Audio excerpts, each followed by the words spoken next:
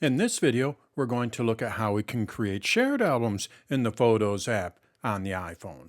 When we create a shared album, what we're able to do is not only share the photos and videos within that album, but anyone that we share it with will be able to add their own photos and videos to it. You can even make this a public website so people that do not have an iPhone will be able to view that shared album. Now, before we get started, if you like what you see here, stick around to the end. I'll tell you a little bit more about myself and how you can help support my efforts in creating these videos. All right, let's take a look at how we create shared albums in the Photos app on the iPhone. Let's go over to my iPhone. Now, the first thing that we need to do, I'm in the Photos app here. The first thing that we need to do is we need to go to our shared album collection. So basically just swipe up here until you find shared albums. I tap on the name. When I do that, I can see all of my different shared albums. And then to create a new shared album, we just tap on create here, and you're going to see the option to create a new shared album. One thing that you didn't see, you couldn't create a folder. So what we're not able to do, I'm going to cancel here. What we're not able to do with shared albums is put these into folders, just so you know. But what we are able to do is share these with other people. So I'm going to create a new shared folder. So let's just go and create a new shared folder. We're going to call this Disney 2025.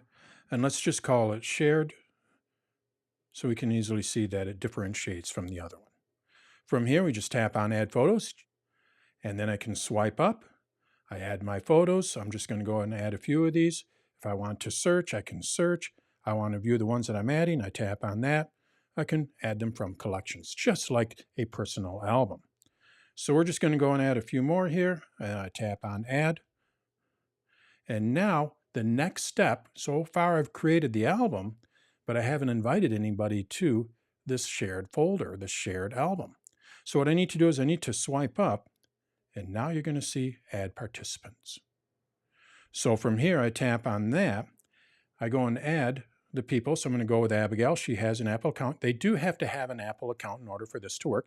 It shows up in their Photos album under Shared Albums. So I tap on that. And now, when I tap on Done, it's going to send her an invitation in her Photos app. And once she accepts that invitation from her Photos app, she is going to see this shared album. Once I tap on Create, I need to create it first. So I tap on it. And now we see we have my shared album. And once Abigail accepts that invitation, she's going to have this exact same album in her Photos app. And guess what she's going to be able to do? Add photos to it, add videos to it. Now from here, we can also create a public link. Remember I said that you needed to have an Apple account in order to view these shared albums. Wonder if you wanted to share an album with people that don't have an Apple account. Well, you can share a public link. They're not going to be able to add any photos and videos, but they are going to be able to view them. So how do we do that? Well, basically what we need to do is we need to long press on it, and being that this is a shared album, we're going to see an option to change the shared album details. Basically, this is where we go and manage it. We can go invite other people to it. We can create a public link like I mentioned earlier. So I tap on that, and then from here I can set if I want participants to add photos. Do I want Abigail to add photos to this? If I don't, I just turn that off. She's going to be able to view it, but she's not going to be able to add any photos or videos. I can also set if I want to receive notifications. When Abigail adds a photo or video to it, do I want to receive a notification? I like to leave that on, see when people add photos and videos. And then, remember that public website I said you could create? I tap on this. Takes a few seconds. And then from here, what I'm able to do once it gets done here is copy this link and I can share that. It's just going to be a public link. Anybody with that link is going to be able to view it, and they're not going to be able to contribute to it. We can also manage our participants. You want to add more people to it, you can add more people to this shared album. And then if you want to remove someone, you tap on their name. So I'm going to tap on Abigail here. And then from here, what I'm able to do is set if I want her to subscribe to this. I just tap on Remove Subscriber, and she will no longer have access to this album. Now we have another tool here, which is actually pretty important. Resend invitation. Remember how I said when you invite someone, it sends an invitation? Well, in a lot of cases, at least in my experience, they will not receive that invitation or they lose it. They can't find it. So what you're able to do is tap on this and resend that invitation. And then once it's resent, just tell them to go into the Photos app, and then from there they'll be able to accept that invitation. So this is just a nice little tool when someone says, I didn't get that invitation. Just go in, resend it. When you are done, you just go back to your shared settings and it's all set. And then before we tap on done, if you want to delete the shared album, you can do that as well. When you are done, you just tap on done. And now you've made any changes, or any changes that you've made will be applied. Now, when people add photos and videos to shared albums, wouldn't it be nice to see that activity? Well, if we look here, when we're looking at our shared albums, so I'm looking at my shared albums here. If we look here, you're going to see that we have a tab bar here, and one of them is called Activity.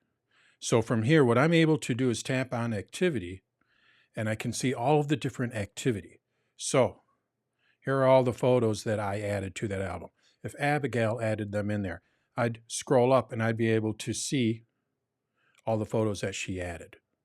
In addition to that, we can also comment on a photo or like a photo within a collection, and we'd be able to see what those comments are. So how do we do that?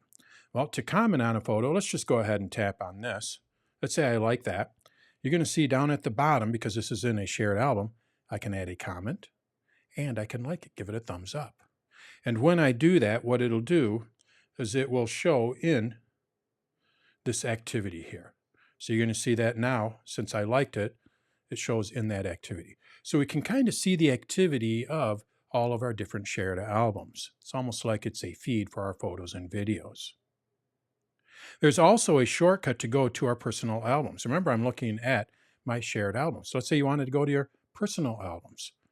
You tap on personal here, and now I'm looking at my personal albums. I want to go to my shared albums. I tap on shared, and now I'm looking at my shared albums. I want to look at my activity. I tap on activity, and I can see my activity. In addition to that, I'm going to tap on the caret to go back. And just like with personal albums, I'm able to change the view. I tap on the three dots, and then from here I can change it to a key photo. That's actually how I like to view them. So that is how we create shared albums with the Photos app on the iPhone.